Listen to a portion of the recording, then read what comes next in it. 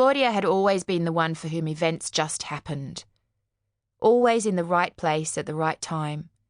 A geospatial and temporal nook that never required more than a minimum expenditure of effort. She had fallen into a well-paid job for a boutique bank when she was 19. She had earned her degree in economics while hardly showing up for class, and had been promoted almost as soon as the dean-signed document was in her hands. She had met Dylan and had a blissed-out few years, and now she was getting married, having barely made a decision along the way.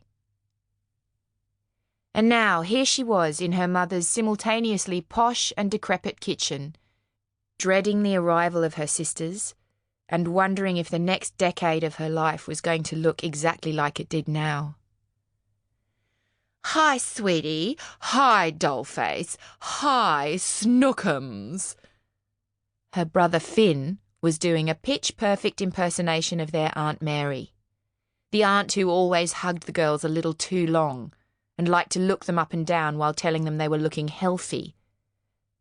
Phinn leaned over and bear-hugged Claudia, lifting her off her feet, as if to underline the point. Once back on Earth, she handed the tongs to him. "Finish these." He took them good-naturedly. "Settling in well? Ready for all your dumb girl crack?" he said cheerfully. "What exactly do you think is so painfully girlish about this week?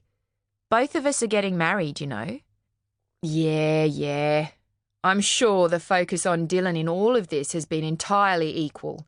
Nobody has made more of a big deal about it for you, I'm sure," he said, mildly sarcastic. "If you mock me, I will cut myself," said Claudia, reverting to a joke born years before in the disinfected halls of the local hospital, when she'd been having a particularly tough time. Their oldest sister Zoe had swept into town whispering to Phinn that she'd had great difficulty choosing a wardrobe that said, "concerned but effortlessly elegant sister." That night, she had refused to give Claudia the remote control and, without missing a beat, Claudia delivered the po-faced threat about cutting herself.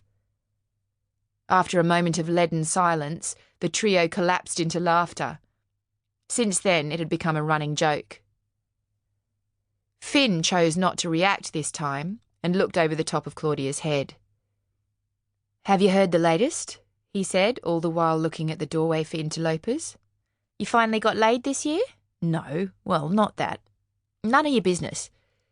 You know what you want to do with your life." "Unfortunately for you, no."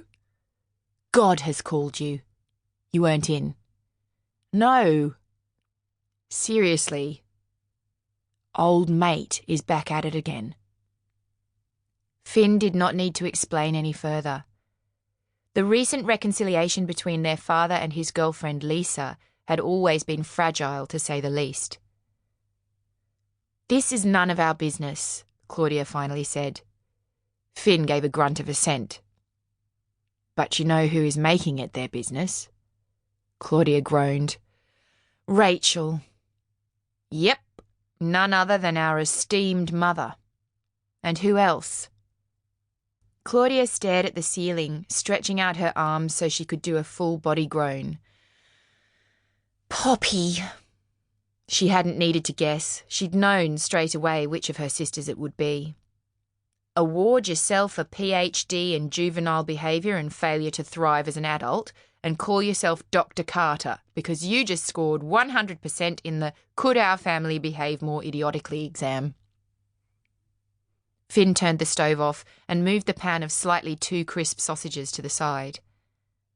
"What are the briefing notes?" Claudia asked. "Apparently, Shit-for-Brains' car has been seen outside some local footy player's house. And may I put in an aside here? Does this woman have any imagination? And Mum thought it wise to let Poppy know. So now, Poppy's apparently preparing for the warpath upon arrival." That's odd. They're meant to be on the same team. Mum was gleefully going through Poppy's shortcomings earlier. She was even referring to me as the good one. Phinn scowled. "There's more." Claudia braced herself with a tight smile. Poppy is already here, Phinn told her.